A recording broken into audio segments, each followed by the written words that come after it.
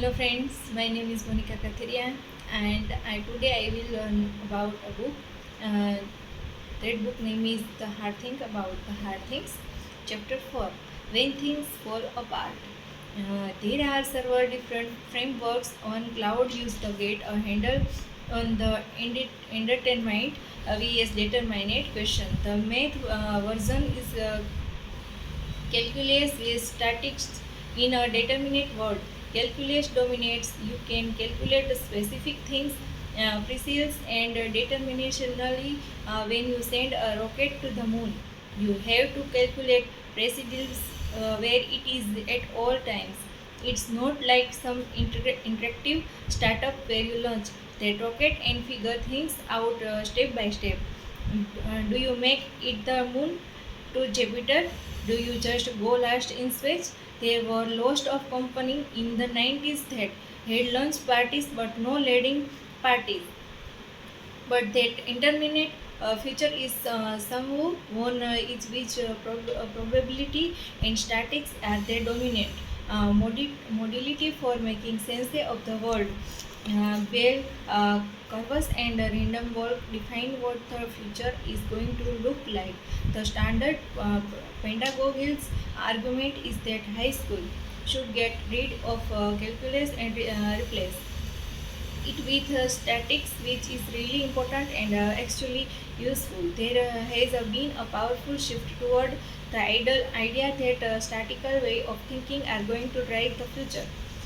When I was attempting to sell the cloud computing service, part of the cloud business, I met with Bill Campbell to update him on where I was with the deal. The deal was critical because without it, the company would almost certainly go bankrupt. After I carefully prepared him 1 hour were with both interested parties, IBM and EDS. Bill pushed it for a moment. He looked at me in the eye and said, Ben, you need to do something in additions working on this deal. You need to do it alone with your general noun cell. You need to prepare the company for bankruptcy to end objective observer think might sound like Bill was prudently advised me to build my category plan, but something in his voice and his eyes said something different. They said that he believed the category plan was going to be the plan. The conversation brought to mind a story that a friend told me about his brother, a young doctor, a 35-year-old man, come to see my friend's brother. Then my looked away full. His eyes were hollow and his skin was ashen. The young doctor knew something was wrong, but he could not figure out what. So he brought in an elder colleague to help with the diagnosis. The more experienced doctor examined the man and then sent him on his way. The old doctor then turned to the young doctor and said, "He is dead." The young doctor was flabbergasted. What are you talking about? He just walking out of here alive. The older doctor replied, he doesn't know it yet, but he is dead. He had a heart attack, and when people that young have heart attack, their body are not yet pliable enough to recover. He won't recover. He is dead. 3 weeks later, the patient did dead. I felt the bill was telling me a lot. I was working around trying to get the deal done. That I was already dead and that I did not know it. It is very hard thing for him to say, and only the best of friends will muster the courage to break news that horrible. It was in every harder thing for me to hear. He told me so that I could emotionally prepare myself and financially prepared to the company for the inevitable funeral. The odds of leading a company's saving deal during the technology industry's nuclear winter was close to nil. Chance where I was dead. I never built the continually playing thoughts seemingly impossible. Loud Cloud series, C and IPO process. I learned one important lesson. Startup CEO should not play the odds. When you are building a company, you must believe there is an answer and you cannot pay attention to your odds on feeding. You just have to find it. It matters not whether your chances are 9 in the 10, 1 in a thousand, your task is the same. In the end, I did find the answer. We completed the year with PDS and the company did not go bankrupt. I was not made a bill. To this day, I centrally appreciate his telling me the truth about the odds, but I don't believe in statics. I believe in calculus. People always ask me, what is the secret to being a successful CEO? Sadly, there is no secret. But if there is no skill that stand out, it's the ability for focus and make the best move when there are no good moves. It's the moment where you feel most like leading or dying that you can make the biggest difference as a CEO. In the rest of this chapter, I offer some lessons on how to make it thought the struggle without quieting the throwing up too much. We must management book focus on how to do things certainly so you don't screw up. This lesson provide an insight into what you must do after you have screwed up. The good news is I have plenty of experience at the and so does every other CEO. I put this section for even thought I deal with some serious and game issues such as how to fire an executive and how to lay people off. In doing so, I follow the first principle of the Bush, the way of the warrior. Keep death in mind at all times. A warrior keeps death in mind at all times and live as thought each day might be his last. He will conduct himself properly in all his actions. Similarly, if a CEO keeps the following lessons in mind, she will maintain the proper focus when hiring, trying, and building her culture. The struggle. Every enterprise start her company with a clear vision for success. You will create an amazing environment and hire the smartest people to join you. Together, you will build a beautiful product that delight customer and make your world just a little bit better. It's going to be absolutely amazing. Then, after working night and day to make your vision a reality, you wake up to find that things did not go as planned. Your company did not unfold like the check nursery cannot that you listened to when you started. Your product is issue that will be very hard to fix. The market isn't quite where it was spotted to be. Your employees are losing confidence and some of them high quite.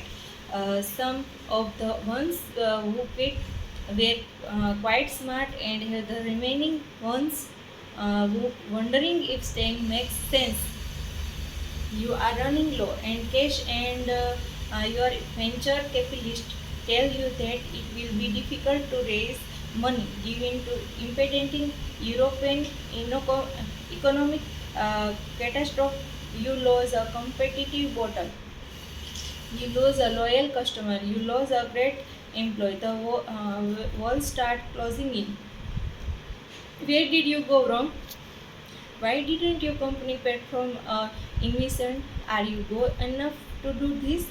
As you dream turn into nightmares, you find yourself in the struggle. About the struggle. Life is struggle. The struggle is when you wonder why you started the company in the first place. The struggle is when people ask you why you don't quite and you don't know the answer. The struggle is when your employees think you are lying and you think they may be right. The struggle is when food loses its taste.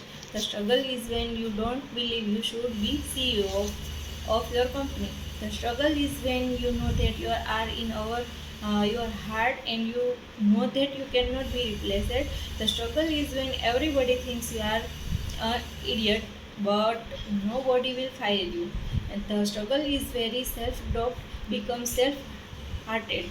The struggle is when you are having a conversation with someone and you can't hear a word that they are saying because all you can hear is the struggle. The struggle is when you want the pain to stop. The struggle is unfinance. The struggle is when you go one vacation to feel better and you feel worse. And the struggle is when you are surrounded by people and you are all alone. The struggle has no market.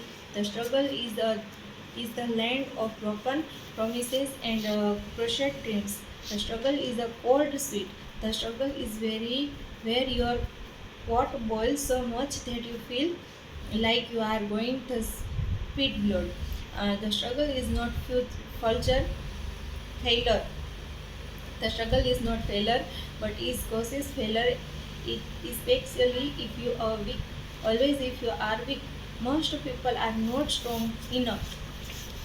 Every great entrepreneur from Stove Job, the Mark Zuckerberg went thought to struggle and struggle they did. So you are not alone, but that does not mean that you will make it. You may not make it. That is why it is the struggle. The struggle is very where greatness come from. Some stuff they may or may not help. There is no answer to the struggle, but here are some things that helped me. Don't put it all on your shoulders. It is easy to think that the things, the brother, you will upset your people more. That is not true. The opposite is true. Nobody takes the losses harder than the person most responsible. Nobody feels it more than you. You won't be able to share every burden, but share every burden that you can. Get the maximum number of brains on the problem, even if the problems represented existentially threat. When I run, observe, and we were losing to me competition deal. I called in all hands and told the whole company that we were getting our assess kits, and if we didn't stop the bleeding, we were going to die. Nobody blinked. The team related, but built a winning product and saved my sorries. This is not checkers. This is motherfucking chess. Technology business tend to be extremely complex. The underlying technology moves, the competition moves, the market moves, the people move. As a result, like people three-dimensional chess or starter, there is always a move. You think you have no moves. How about think your company public with $2 million in tracking revenue and 30 3 40 employees which plan to do $75 million in revenue the next year. I made that move. I made it 2001. I vaguely regret as the worst time ever for a technology company to go public. I made it was 6 weeks of cash left. There is always a move. Play long enough and you might get lucky in the technology game. Tomorrow looks nothing like today. If you survey long enough to see tomorrow, I may bring you the answer that seems so impossible today. Don't take it personally. I the predicament that you are in the probably all your fault. You hired the people, you made the decision, but you need the job be dangerous when you took it. Everybody makes mistake. Every CEO makes thought sand of mistakes. Evaluation yourself and giving yourself and it doesn't help. Remember that this is what separate the woman from the girl. If you want to be great, this is the challenge. If you don't want to be great, then you never should have started a company. The end. When you are in the struggle, nothing is easy and nothing feels right. You have dropped into the abyss and you may never get out.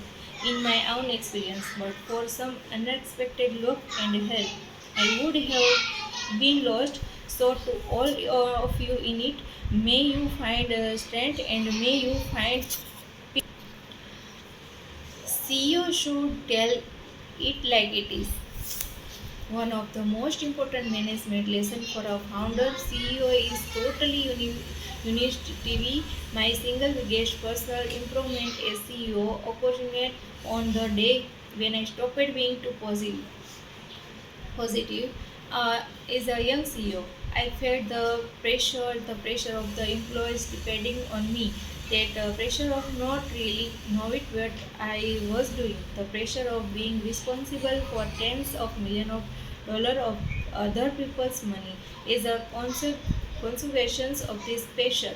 I took losses extremely hard if we failed to win a customer or slipped a date or shipped a product that was not quite right, it weighted heavily on me. I thought that I would make the problem worse by transferring that burden to my employees. Instead, I thought I should project a positive, sunny demeanor and really to onboard it and drops to victory. I was completely wrong. I realized my error during a conversation with my brother-in-law, Kachu, at the time. Kachu voted for AT&T as a telephone line man. He is one of those guys who climbs up walls.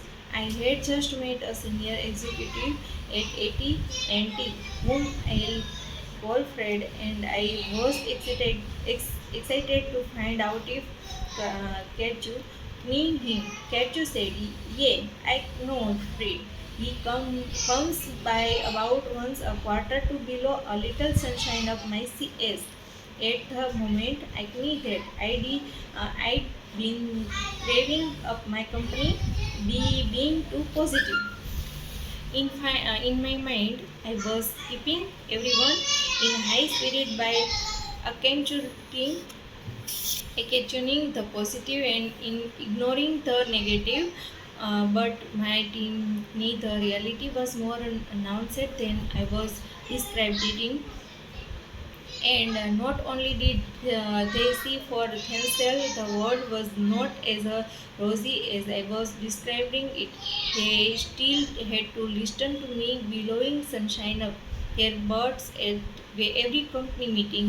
How did I make such a mistake, and why was it such a big mistake?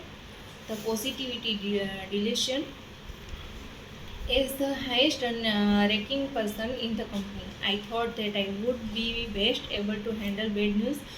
The opposite was true. Nobody took up bad news harder than I did.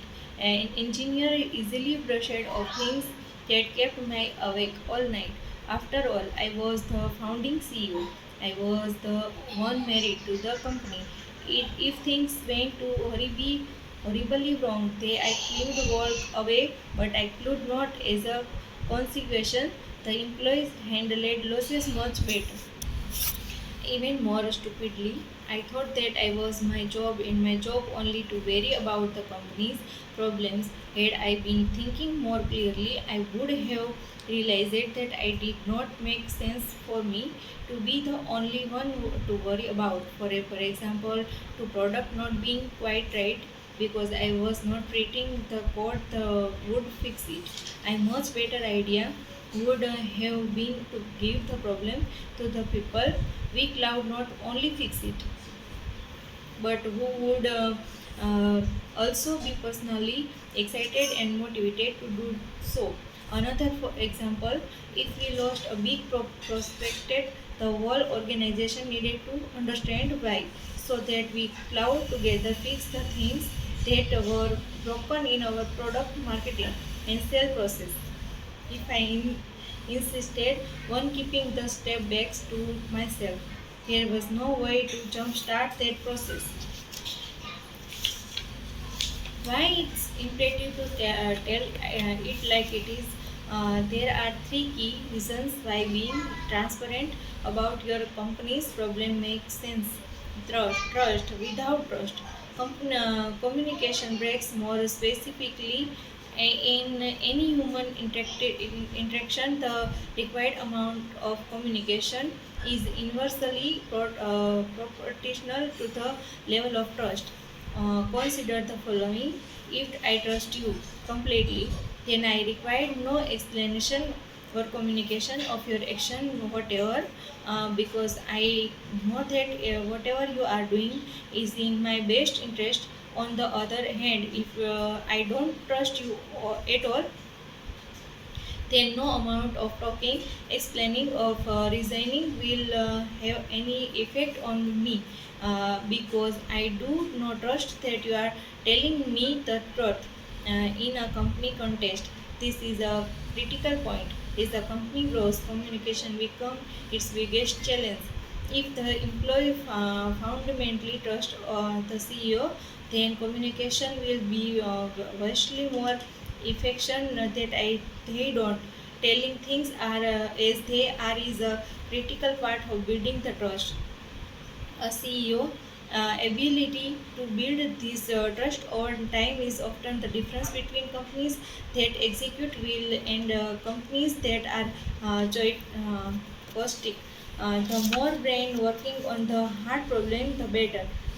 In order to build a great technology company, you have to hire lots of incredibly smart people. It's a total waste to have lots of big brain but not them work on your biggest problems. A brain, no matter how big, cannot solve a problem I does not know about. Is the open source community would explain it given enough eyeballs. All bugs are shadow. A good culture is like the old RIP routing protocol. Bad news traveling fast, good news travel slow. If you invest in companies that have failed, you will find the many employees me about the vital issue long before those issues killed the company. If the employees knew about the daily problems, why did not say they something to after? Often the answer is the company culture and deserves the spread the of bad news. So the knowledge lay dormant until it was too late to act. Healthy company culture encourages people to share bad news. A company that discuss its problem freely and openly can quickly solve them.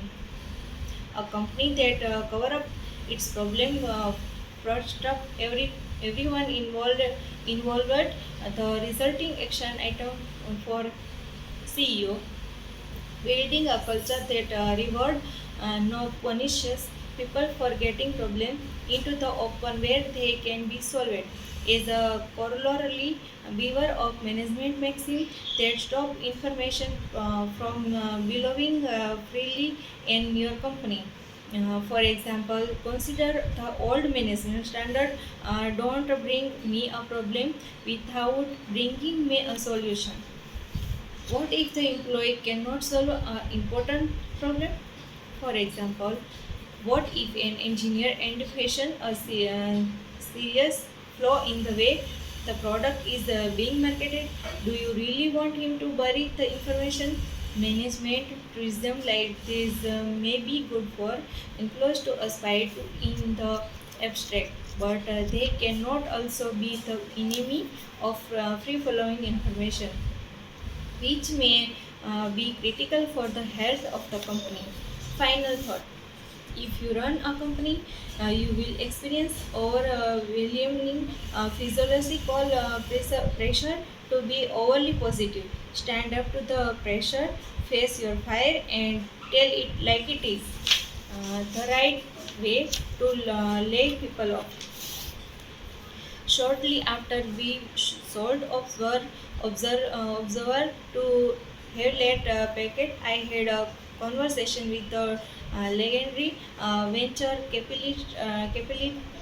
capitalist.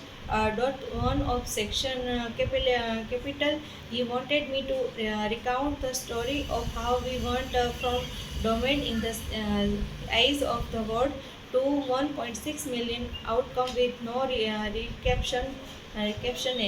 After I took him thought the deal detail including several near bankruptcies, a stock price of 0.35 per share, unlimited bed press, and three spreaded layoff where we lost a total of over 100 employees. He was most amazed by the life during more than 20 years in the venture capital business. He had never seen a company recover from a consecutive layoff and achieve $1 billion plus of outcome. He confessed that he had based again that every time since my only experience was the great expression. I needed more information. I asked him why all of the other startup failed. He replied that the layoffs inevitably broke the company's culture after seeing their friend laid off. Employees were no longer willing to make the requesting uh, sacrifice needed to build a company. He said that all thought it was possible to survey and isolate life. It was ugly, unlikely that a company would experience great success building a highly valuable business. The headed after three consecutive quite layoff accompanied by horrible prominent press coverage. We got taken apart with a cover story in both the Wall Street Journal and Business Week. We was a complete violation of the law of venture capital physics. He wanted to know how we did it.